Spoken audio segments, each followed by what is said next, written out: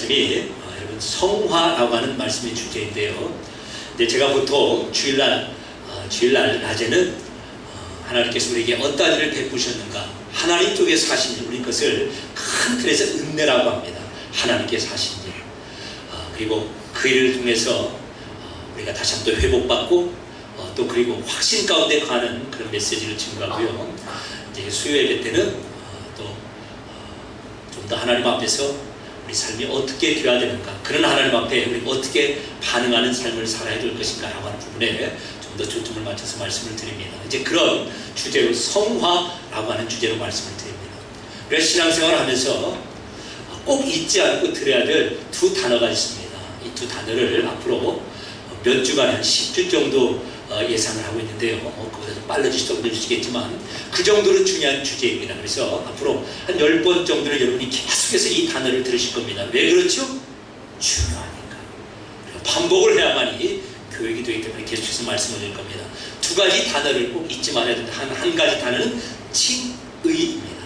해보시기 바랍니다. 칭의. 자, 칭하다, 의롭다고 칭하다 라고 해서 칭의입니다. 이제 다음 주에 이게 고쳐지면 보여주겠습니다. 또 한 가지 단어는 성화입니다. 거룩하게 변화된다. 그래서 성화, 해보시기 바랍니다. 성화. 이 두 가지가 이 성경적으로 참으로 중요한 단어입니다. 사실 제가 몇 시간 여러분에게 이 단어를 설명하지 않을 뿐이지, 사실은 이 두 단어를 가지고 하나님 말씀을 다 증거하는 겁니다. 첫째가 무엇이라고요? 칭의. 자, 두 번째는요, 성화. 자, 칭의는 무슨 뜻이라고요? 의롭다고 칭해 주는 겁니다. 의롭다고 칭함을 받는 겁니다. 의롭다고 선언을, 칭함을 받는 것을 칭의라고 하고, 성화는요, 거룩하게 변화되는 것. 한자를 그대로 우리가 풀어서 거룩하게 변화되는 것, 이것을 이제 성화라고 합니다. 자, 그러면 칭의는 무엇인가? 하나님께서 우리를 의롭다라고 칭해 주셨다, 선언해 주는 겁니다. 자, 그 말은 무슨 말이냐면요, 죄인을 잡아와서 이제 막 죄를 막 끄집어냅니다. 이것저것 하고 다. 그래서 이제 검사도 있고 변호사도 있고 막 변론이 다 지난 다음에 마지막에 판사가 이현옥은 일어서십시오, 딱 이렇습니다. 네, 죄 없음, 무죄. 이 선언이 바로 칭의입니다. 죄 아닙니다. 그럼 죄가 없으면 되게 의라는 겁니다. 그때 의롭다, 합격, 죄가 없습니다, 감옥 갈 일이 없습니다, 무죄라고 하는 것을 칭의라고 합니다.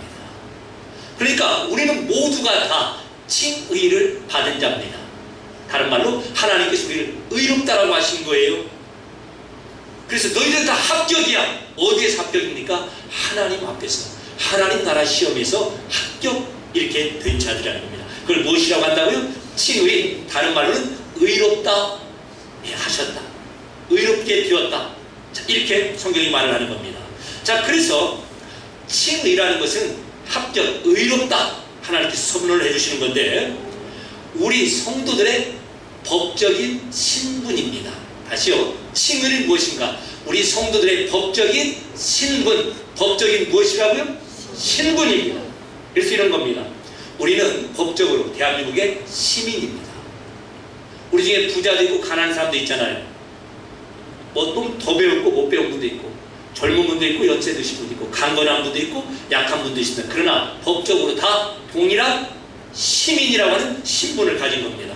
마찬가지로 우리는 하나님께서 전부 다 의롭다라고 하는 선언을 받은 자들입니다. 똑같습니다. 하나님께서 저를 향하여 너 합격, 의롭다라고 하는 선언을 하셨다면 여러분도 똑같습니다. 저한테는 100을 주시고 여러분에게는 90을 주시고 그런 거 없습니다. 아브라함을 하나님께서 합격, 의라고 하셨으면 동일한 합격, 의를 우리에게도 허락하시는 겁니다. 이런 게 있죠. 외국에서 우리 대한민국 사람이 잘못하고 도망갑니다. 우리나라에서 잘못하고 외국에 있습니다. 또는 외국에서 잘못합니다. 그럼 어떡하죠? 우리나라에서 경찰을 보내서 그를 데려오죠. 그 나라에 위험이 있습니다. 막 사람을 막 한국 사람을 잡아 죽입니다. 전쟁이 납니다. 근데 그 사람은 지금 그곳에서 대한민국 시민이지만 죄를 범하고 도망가 있습니다. 보호를 해줘요, 안 해줘요? 안 해줘요? 해주죠. 왜요? 그게 장관이건 대통령이건 그냥 이름 없는 한 국민이건 간에 시민, 국민이라고 하는 신분은 다 동일하기 때문에 그렇습니다. 그래서 하나님 앞에서 우리 모두는 아브라함이나 사도 바울이나 저나 여러분이나 다 동일하게 의롭다 선언을 받은 의인으로서의 동일한 신분을 가지고 있습니다. 그리고 이것을 성경에서는 하나님의 자녀로 출생했다라고도 설명합니다. 너희가 의인이 되었어, 너희 합격이야, 너희 의롭게 되었어 라고 하는 말을 다른 말로 무엇이라고 한다고요? 하나님의 자녀로 출생되었다고 하는 겁니다. 자, 그래서 하나님의 자녀가 되는 이 신분에 있어서는 저나 여러분이나 사도 바울이나 아브라함이나 다 동등한 거예요. 하나님이 아버지고 우리는 다 하나님의 자녀입니다. 그래서요, 아브라함이 하나님 앞에 자녀라면 무슨 권한이 있다고요? 상속권. 아브라함이 가지는 상속만큼 우리도 동등하게 상속권이 있는 겁니다. 자, 계속 무슨 말씀 드린지 아시겠죠? 칭의, 의인이라고 하는 이 신분에 있어서는 위아래가 있어요, 없어요? 없지요. 법적으로 동등한 겁니다. 꼭 기억하시길 바랍니다. 왜요? 이건 이 합격은 누가 주셨기 때문에요? 예수님이 주셨기 때문에 그렇습니다.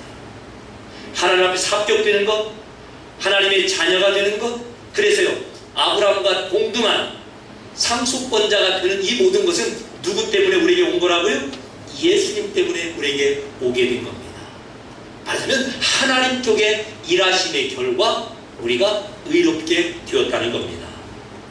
자, 그러면 이제 성화는 무엇인가? 성화는 무슨 뜻이라고 그랬죠? 거룩하게 변해가는 겁니다. 거룩한 모습으로 자라나는 겁니다. 누가요? 하나님의 자녀가 된 사람. 하나님 앞에 너 합격 받은 사람이 합격 받은 자답게 변화되는 것, 자라나는 것, 그것을 성화라고 하는 단어로 설명합니다. 자, 그러니까 칭의, 하나님 앞에서 너희들 다 의롭게 됐어, 합격이야 라고 하는 것은 신분으로서 우리가 다 같아요, 틀려요? 우리가 받은 것을 봤을 때 다 같습니다. 동등합니다. 하나님의 자녀로서 다 동등하다 이 말이에요. 하나님 앞에 그래서 상속권자로서 동등한 상속권이 있습니다. 그런데 문제는 무엇인가? 자녀이면 다 똑같은 자녀예요? 자녀에도 좀 더 자녀다운 자녀가 있고 뒤처지는 그런 자녀가 있습니다. 그래서 성화는, 칭의는 우리의 법적인 신분을 나타낸다면 성화는 우리의 실제적인 수준을 나타냅니다. 다시요, 칭의는 우리의 법적인 신분입니다. 대한민국의 시민, 뭐 집이 있건 없건 아프든 안 아픈 간에 시민으로서 민증 다 갖고 있잖아요. 그런데 성화는 무엇이냐? 시민으로서의 실제적인 수준이 다를 수가 있다는 겁니다. 어떤 사람은 도덕을 잘 지켜요. 이웃 간의 생활을 잘합니다. 나라에 할 것도 잘합니다. 이웃으로서 해야 될 일을 잘하고 있더라고요. 근데 어떤 사람은 그러지 못합니다. 똑같이 시민인데, 똑같은 자녀인데, 그래서 하나님 앞에서, 우리 부모 앞에서는 똑같습니다. 자녀라고 하는 신분에 있어서는. 그런데 자녀의 수준으로, 실제 수준으로 보니까 차이가 나더라 이 말입니다. 이것을 성화라고 하는 겁니다. 거룩하게 변화되는 그 같은 모습. 그러니까 칭의에 있어서는 우리 모두 다 동등합니다. 그러나 성화, 거룩하게 변화되고 자라남에 있어서는 우리 가운데 실제적인 수준에 있어서 차이가 나요, 안 나요? 차이가 나죠. 그래서 성경은 자꾸만 하나님께서 예수님을 통하여서 너희가 하나님 앞에 합격, 의로운 자라고 선언해 주셨으니까, 재판장이 그렇게 했는데 누가 더 이상 뭐라고 하겠습니까? 판사가 그렇게 해가지고 고시를 다 해놨는데 더 이상 기죽을 필요가 없다는 말입니다. 그러면 이제 그렇게 의인된 자처럼, 하나님 앞에 합격된 자처럼 하나님의 자녀답게 성장하고 자라나야 돼. 그리고 여기에서는 각 성도 간의 수준의 차이가 나게 된다는 겁니다. 우리를 의롭게 하는 그 사역 누가 하십니까? 예수님 쪽에서 전적으로 다 하십니다. 우리가 이제 살펴볼 겁니다. 그러나 거룩하게 하나님의 자녀답게 자라는 이 숙제는 누가 해야 되는가? 우리가 직접 해야 되는 겁니다. 우리가 우리 자녀들에게 그러죠. 다 해줄게. 100만 원짜리 과외 선생님도 붙여줄게. 원하면 100만 원짜리 학원도 보낼게. 공부만 잘하는 겁니다. 근데 결국 공부는 누가 해야 돼요? 본인이 해야 되지 않습니까? 그걸 말하는 거예요. 하나님께서 예수를 통해 우리에게 이미 이뤄내신 것이 있습니다. 우리 구원 안에는 의 자녀된 법적인 신분 누구도 취소할 수가 없어요. 호적에 올라갔는데 호적에서 이름을 파낼 수 있는 그런 권리를 가진 사람이 있어요? 김경자 권사님, 자녀분들 이름 호적에서 파낼 수 있어요? 없어요? 엄마인데 왜 못 파내? 내가 올렸는데. 올리긴 내가 올렸는데 그 다음부터 파낼 수가 있어요? 없어요? 없지. 호적은 자녀를 위한 법적인 문서이기 때문에 그렇습니다. 그래서 비록 부모가 내가 낳고 내가 내 손으로 호적에 내 자식 이름을 올렸어도 그 다음부터는 그 자식을 그 호적에서 내 호적에서 파낼 수가 없는 겁니다. 이게 우리의 신분, 칭의, 하나님 앞에서 의롭다 되었다고 하는 우리의 모습입니다. 그런데 그렇게 해서 내가 더 이상 이제 지 이름을 호적에서 지울 수가 없는데 이게 사람 새끼인지 진짜 짐승 새끼인지 그럴 때가 있더라 이 말이에요. 사람을 낳았고 내 호적에 올렸는데 막상 보니까 그렇지 못하다는 거예요. 그래서 하나님께서 이렇게 말씀합니다. 내가 자식을 낳았는데 자식이 나를 거역합니다. 소도 주인 알고 나귀도 어디 가야 밥을 먹는지 아는데 내 백성, 내 자식들은 나를 버렸습니다. 뭐 제가 다른 얘기하는 게 아니라 지금 하나님께서 이스라엘 백성을 그렇게 고발하는 겁니다. 왜요? 신분은 자녀인데 합격, 의롭다 되었는데 수준에 있어서 아직도 어린아이 자리에 머물러 있기 때문에 그렇습니다. 그래서요, 우리는 부단히 노력하고 내 자신을 어떻게 하면 자라날 수 있는가, 또 노력하고 근실하고 자꾸만 자라남의 목표를 정해 놓아야 되는 겁니다. 자, 보세요.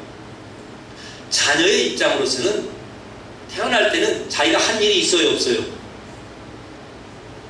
박 집사님, 태어났을 때 할 일이 있어요, 없어요? 없죠. 부모님이 애썼죠. 엄마가 애썼죠. 엄마가.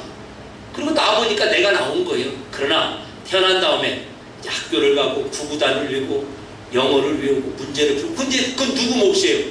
내 몫으로 남아있습니다. 그냥 건강해져요? 내가 잘 먹고 적당한 운동도 하고 뭐 이렇게 해야 건강해지는 거 아닙니까?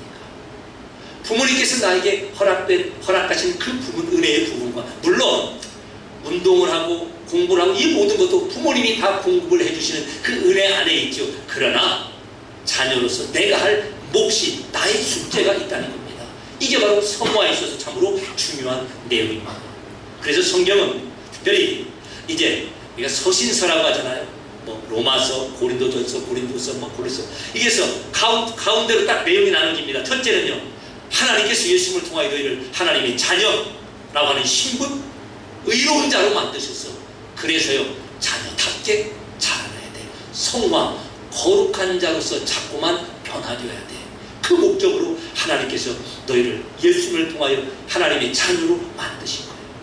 그래서 아버지의 언다심처럼 아버지가 거룩하니까, 아버지가 의로우시니까 하나님 아버지를 말씀하는 거예요. 자녀들, 우리도 그런 모습이 되어야 된다라고 하는 것을 계속해서 성경을, 그 내용을 양분해서 앞쪽에서는 칭의의 사실, 그리고 뒤쪽에서는 거룩함으로 변화되는 성화의 내용을 계속해서 말씀하고 있습니다. 자, 여러분 데살로니가서 4장을 접어 놓으시고요, 로마서 5장을 한번 가보시기 바랍니다. 로마서 5장 신약성경 245쪽입니다. 로마서 5장 신약성경 245쪽, 로마서 5장 18절 19절 말씀. 로마서 5장은 어떻게 우리가 의롭다, 칭의, 의롭다 선언을 받는가, 어떻게 합격이라고 받는가, 그래서 하나님의 자녀라고 하는 신분을 어떻게 받는가를 이렇게 설명해 주는 내용인데요. 우리 로마서 5장 18절 19절 말씀을 같이 읽도록 하겠습니다. 시작. 그런즉 한 범죄로 많은 사람이 정죄에 이른 것 같이 한 의로운 행위로 말미암아 많은 사람이 의롭다 하심을 받아 생명에 이르느니라. 자, 다시 보세요. 앞에서 한 범죄는 아담입니다. 그래서 아담에 속해 있는 많은 사람이 정죄, 유죄, 그래서요 사망이 갔고, 그리고 한 의로운 행위 누구예요? 예수님의 십자가의 죽으심과 부활하심을 말미암아 많은 사람, 예수님을 대표하는 우리 성도들이 의롭다 하심을 받아 생명에 이르렀다. 우리가 의롭다라고 하는, 합격이라고 하는 이 선언은 내가 뭘 내놓아서가 아니라 누구 때문에요? 예수님의 한 행동, 예수님의 십자가와 부활 때문이라는 겁니다. 마치 부모님 때문에 내가 출생한 것처럼. 자, 그래서 19절입니다. 자, 시작. 한 사람이 순종하지 아니함으로 많은 사람이 죄인 된 것 같이, 아담 한 사람 때문에, 아담에게 속한 모든 사람이 죄인 된 것 같이, 그리고 한 사람이 순종하심으로 많은 사람이 의인. 자, 그러니까 내가 순종해서 의인이 되는 게 아니라, 내가 순종해서 합격 그 자리에 가는 것이 아니라, 그 한 사람이 여기서 누구예요? 우리의 대표 되신 예수님. 예수님 때문에 의인도 되고 합격이라고, 의롭다라고 하는 선언을 받게 되는 겁니다. 이게 바로 칭의입니다. 자, 그래서 이 칭의에 대해서 로마서 4장 25절 한번 가보시기 바랍니다. 로마서 4장 25절.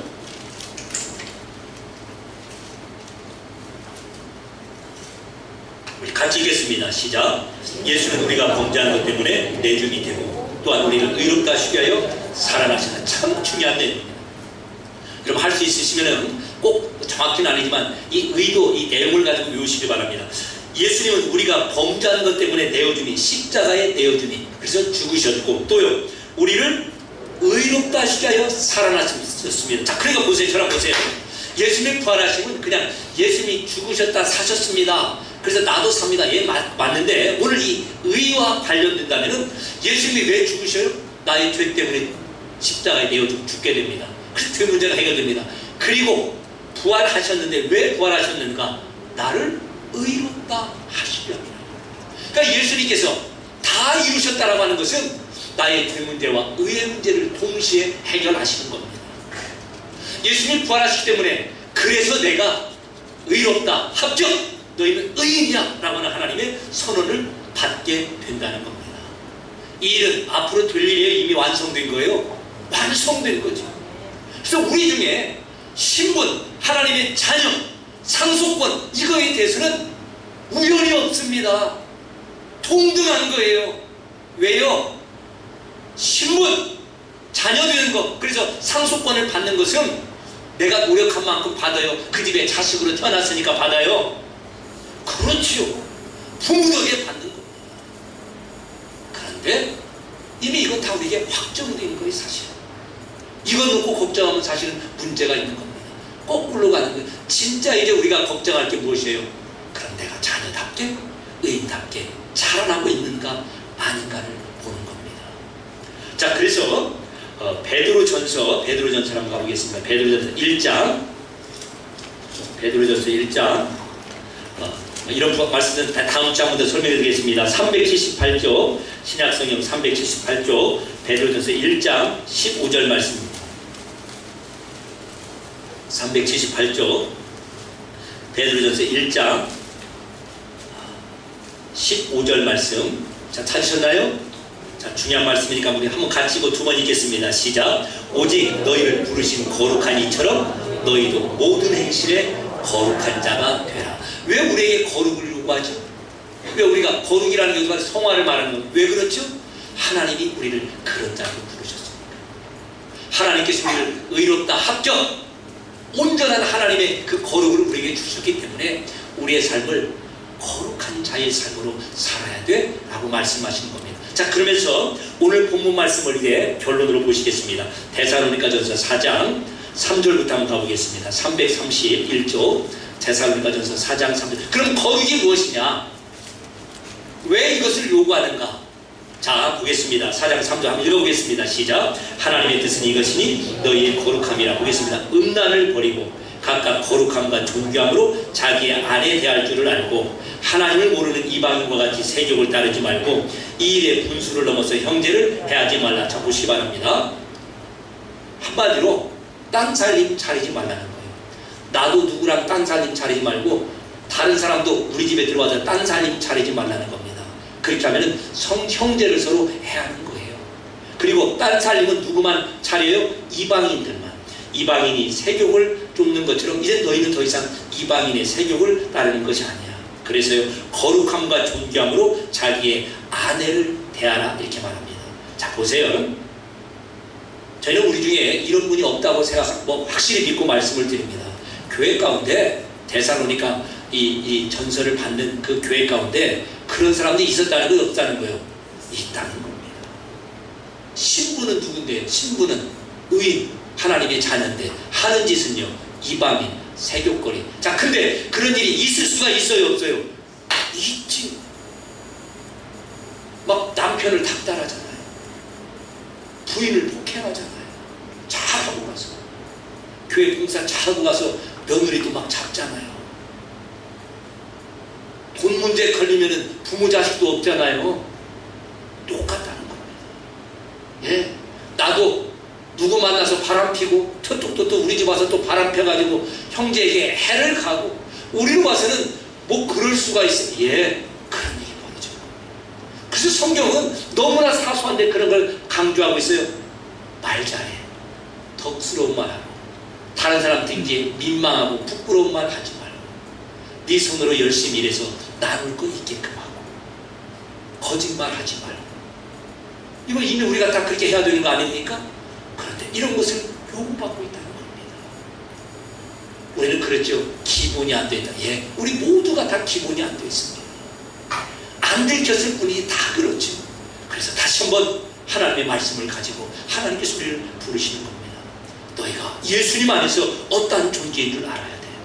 왜 예수님이 죽으시고 특별히 왜 예수님이 다시 부활하신 줄 알아? 너희들을 의롭게 만드시기 위해. 예수님의 한 번 죽으심과 부활하심이 우리를 완벽하게 하나님 앞에서 의인, 합격, 하나님의 자녀, 하나님의 상속권자, 아브라함과 함께하는 상속, 그리고 더 나아가서 예수님과 함께하는 상속자가 되었다는 겁니다. 그래서요, 바람피면 못된다는 겁니다. 아내에게 잘하고 두드려 패지 말고 남편을 주님에게 하듯이 그렇게 함부로 대하지 말고 이웃에게 혹시라도 내가 해가 되는 일이 있는지. 예. 지난번에도 잠깐 말씀드렸지만 그러잖아요. 교회에서 동거래 하지 말고 절대 교환해서 동업하지 마십시오. 왜요? 믿음하고 동업하는 것은 또 달라요. 그렇죠? 네, 그럴 수가 있다는 겁니다. 누구 흉보자는 게 아니라 저부터도 우리 모두가 다 그렇다는 거예요. 그래서 너무 쉽게 어떤 사람을 평가해서도 안 됩니다. 하는 짓 보니까 가짜네. 바람 피고 이방인 대적거리 하는 거 가짜네. 그럴 필요도 없어요. 그러나 그걸 떳떳하게 할 것도 없더라 이 말이에요. 아, 나의 신분이 어떠한 존재인데 여전히 거룩하지 못한 그런 말은 짐승과 같은 돼지가 토하는 것, 뒹굴던 그 자리에 도로 가는 것 같은 그런 삶이 나에게도 여전히 있구나 라고 하는 것을 바라보면서 가슴을 치고 하나님의 은혜를 구하고 마치 우리 자녀들이 목표를 정하고 우리가 예전에 목표를 정하고 잠을 안 자고 찬물로 세수를 해가면서 그 목표를 향해 달려가는 그런 때가 있지 않습니까? 바로 그런 것처럼 하나님께서 기뻐하시는 그 거룩함의 자리에 이르는 그 목표를 잡게 해야 된다는 겁니다. 이 말씀은 누구를 꾸짖기하는 말씀도 아닙니다. 누구는 더 잘한다 못한다 그런 말씀이 아닙니다. 하나님 앞에 우리 모두가 목표로서 세워야 될 거룩한 목표가 되었기에 다시 한번 이 목표를 세워놓고 우리가 달려가는 겁니다. 다시 한번 하나님 앞에 우리의 거룩한 신분, 자녀된 의인됨으로 확인하시고 그래서요 자녀답게 의인답게 자라나는 거룩한 목표, 성화의 목표를 다시 한번 정하는 우리 모두가 되시길 주님의 이름으로 축원합니다. 은혜로우신 아버지 하나님 참으로